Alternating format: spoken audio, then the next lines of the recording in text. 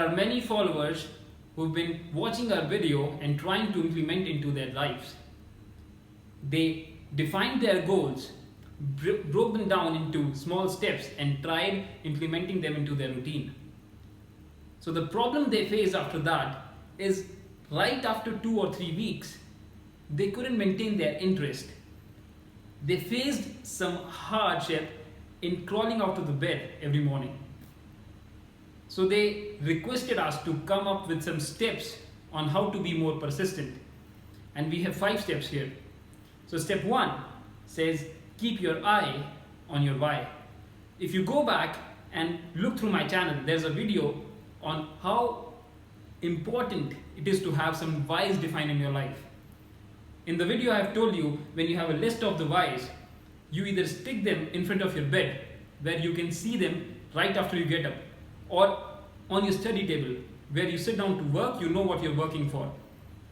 So always keep an eye on your why, and that will actually help you keep going. Step 2 is try avoiding to multitask. One of the biggest mistakes I've seen people do is they give their focus to many things at a single time. They try to multitask. I strictly advise against it. Although some people are naturally good at multitasking, but I would say right now, when you're trying to focus on something, avoid it for some time. I'd say first, try and get better at something you're trying to achieve right now, and once it becomes a habit, it gets into your habit, then you can try and pick up different things. So step 2, don't multitask. Step 3 is, this is something really important, and I want you to focus on it, because once you start working, once you start changing your routine, see when you bring it down to your routine, your goals, when you break them down and bring it down to your routine, there will be always a change, and that will require an extra effort. So for that extra effort, you'll always have this sound in your mind saying, I don't feel like doing it today. And that's okay. We all have that. Once we start facing changes, once we have to go that extra mile of hard work, we all see it. We all hear it. And it will keep troubling you every morning. Once you decide to get out of your quilt, you'll hear that sound saying, I don't feel like doing it today. But then you'll have to ignore your feelings.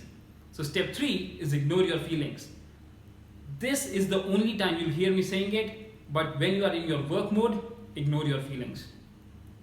The next step is really important. See, this is something I believe is the cause for not being persistent. One of the major causes actually, but this is very important. Once people start doing something, get into a routine, and they skip, they lose one day. Let's say I start working out today and I continue for 3 weeks, and on the next day I miss my workout. So how actually the thought process of most of the people work is they beat themselves so much, they start thinking they are a loser, they are a failure, and they won't continue from the next day. So they will tend to lose interest in whatever hardship they actually placed into this till now. I say, even if you fall off the wagon, and it's okay, it's human, it happens to best of us. And the important thing to note here is, even if you fall off the wagon, don't sit and cry about it. Get up, and the wagon is on the move. You can still catch it. So if you skip one day, don't skip the consecutive next day. Don't. It will be hard, but then it will be worth it, is what I'm trying to tell you here. Fall off the wagon, don't cry, get up and get on the wagon again. That is the last step. I hope you implement these steps and try and be more persistent in your approach.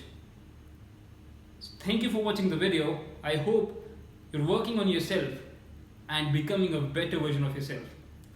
Thank you.